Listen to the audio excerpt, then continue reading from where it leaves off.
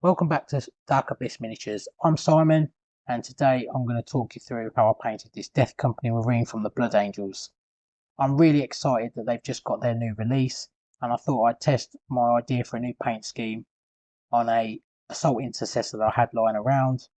So I hope you have as much fun watching this as I did painting it. Let's get going. So first I started off with the black primer and went over this, stippling coal black by acryl on using a dry brush. The paint was thinned and I had quite a lot of paint on the brush, and I wanted to just get some initial texture going on the model by getting paint on like this. I didn't want a nice clean box art look for this model. I wanted it to look battered and beaten, like he's been in a fight and has seen many wars. And then I went over that with dark warm grey by Acryl. It looked quite bright in this video, but it's actually a lot darker in person. And I went over the entire armour again, only leaving the deep recesses of the model. I didn't do the chainsword and the black with the grey. I left them as they are for now. But you can see some textures starting to show there on the shoulder pads. You can see some of the black still showing, and on the knee pads and on the helmet. And at this point I was quite happy with how it was going. I've never done anything like this before, so I came back with just warm grey by Acryl. This is the next brighter grey up, and I used a smaller brush and started being more concentrated with this, and I started picking out the edges on the helmet and edges on the shoulder pads and things like that, using like a stabbing motion, like while drawing the brush along, rather than doing nice neat edge highlights. And I also concentrated the highlights on the shoulder pads and on the knee pads, top of the helmet, places like that. You can see here what I'm doing, and in a moment you'll see what I mean with the sort of edge highlights that I was doing. They weren't nice and neat. I was kind of using a weird jagged motion. You imagine trying to do an edge highlight with a really shaky hand. I was kind of doing that. I was just trying to be careful here and get the highlights really where I wanted them. Here you can see me doing the knuckles there with like I'm not being too neat, I guess. I'm just kind of stabbing that brush along the edge. And then I came in and started painting brown on the chest plate, which will be gold. And that's just to help warm the gold up. And I also painted that on the holster. And you can see here how I'm painting it. I'm really overworking that paint when I'm putting the brown on. It was a dark flesh or deep flesh by Acryl. It's quite a reddish brown. I did the bolter and I did the chainsword with that as well. You can really see there, like I really am overworking it. It might not seem like it, but I've gone over that loads of times using that sort of back and forth. And then once that dried, I came in with burnt red by Acryl and really started stippling on with a small brush, making it look rough.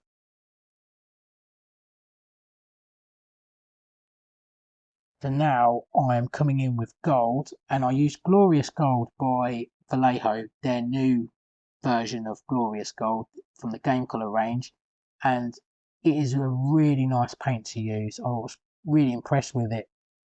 I don't like metal paints in general, but I was really happy with that gold.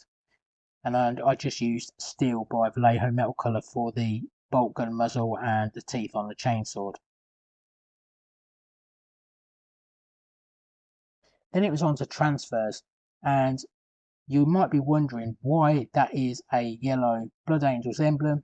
Well, the reason is I didn't have any red ones lying around, and I just had yellow and black from a really old transfer sheet. So I put the transfer on using micro set and then pushed it into place using the paper towel to dab off any excess water and micro set. And then I went over that with microsalt a couple of times, probably 2 or 3 times on the transfers to make it soften and conform to the shoulder pads. And then I matted them down using matte varnish. Because they were old, they were very, very shiny. So I had to mat them down so they didn't look out of place. And yeah, that's not a Blood Angels logo on that right shoulder pad either. That was just a random skull with a triangle thing on it. Once that was done, I went over the brown, the bolter, the brown holster, the bolt gun, and the chainsaw using a brown wash. I used Murky Mire by Darkstar. And then after that, I came in and started painting the emblem on the left shoulder pad. Obviously, it looked really crap in yellow and it just wouldn't have looked right at all. And that wasn't my idea. I wanted a red one, I just didn't have any around. So I'm trying to pick out the emblem now. I'm not overly fussed, but I was trying to be neat. Now to make the model look black again like Death Company should be, I'm hitting this model all over the armour with black Templar contrast paint. I'm just getting it all over the model and then agitating it where I want the highlights to remain, which you'll see me doing in a moment, but I'm just forcing the contrast paint into all the recesses so that the recesses have shadow and the model has more definition to it. And I don't know why my camera went so dark then, but there we go, back in daylight. So what you'll see me doing here is I'm wetting the brush, getting some of the contrast off, wiping on my hand, and I'm working really quick so that I'm not giving the paint too much chance to dry. Once that was done, I had to give it another coat of matte varnish, this time all over the miniature, because the Black Templar is quite a satiny finish, and satin doesn't really go well with a grim, dark, battered look that I wanted. From there, it was another coat of the burnt red on the bolt gun and the chainsaw, because at this point they looked really dark and brown. So I went over them again, being quite rough, even more rough this time with the burnt red, and they really started to look the way I wanted them to.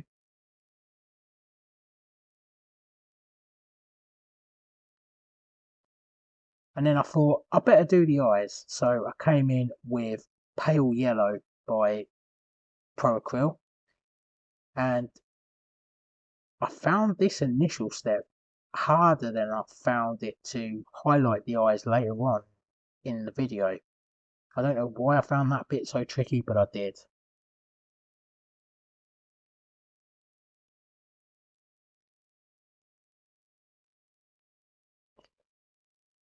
So from here, I put on some Velvet Red Express Colour by Vallejo, and I put a bit too much in the eye, so I'm just getting out the excess there, and wiping it off with my hands, just so that the eyes still had a bit of a glow on them. And initially that looked really good, but once it was dry, it seemed to dull a little bit, so I had to go back and use Pale Yellow again to pick the eye lenses out a bit more, but you'll see me do that later. This is where I remembered I'd completely forgotten to paint the purity seal on his leg. So I picked that out. I use a Shabty bone for that. Acryl don't really do a nice like parchment or bone colour. Their khaki colour is really yellow and their ivory is way too bright and yellow as well. So Jack Bone by P3 or Shabty Bone by Citadel are the best ones to use, I find.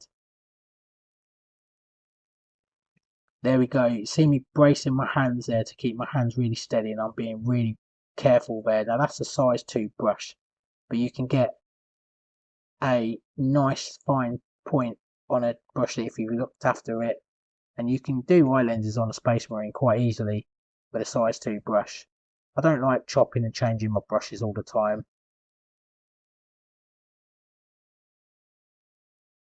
Now I have quite bad shaky hands sometimes, but bracing them really does help with doing things like that. At this point, the model's starting to look really cool in my opinion, so I thought I would try and do a verdigris effect, but I think I used the wrong colour. I used a colour called Jade by Pro Acryl, and it's too green and too dark for it to really show up. I tried doing that on the chest piece on that little emblem he's got on his wrist, and I also picked out the purity seal a bit more. And yeah, the model's finally starting to come together a little bit.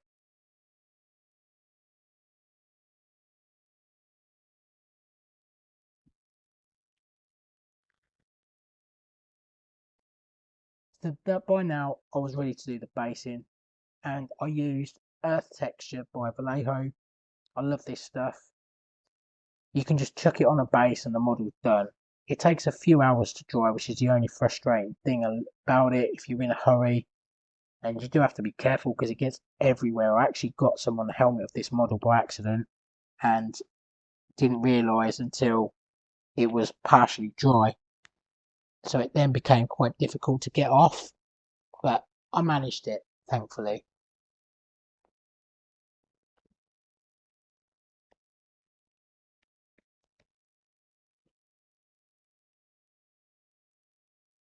And now I've watered down some weathering, not weathering, earth texture, and I'm painting it into the bottom of the boots and the back of his heels and stuff, just where dust and dirt would gather, just to tie him into the base a bit and also just help with that grimdark feel. And just I really thinned it down there, you can barely see it, but it does change how the model looks, painting a bit on that purity seal, because if it's going to get anywhere, it's going to get on that purity seal.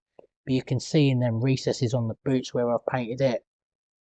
This earth texture is brilliant because you can thin it down and it shows up quite nicely on darker models like that.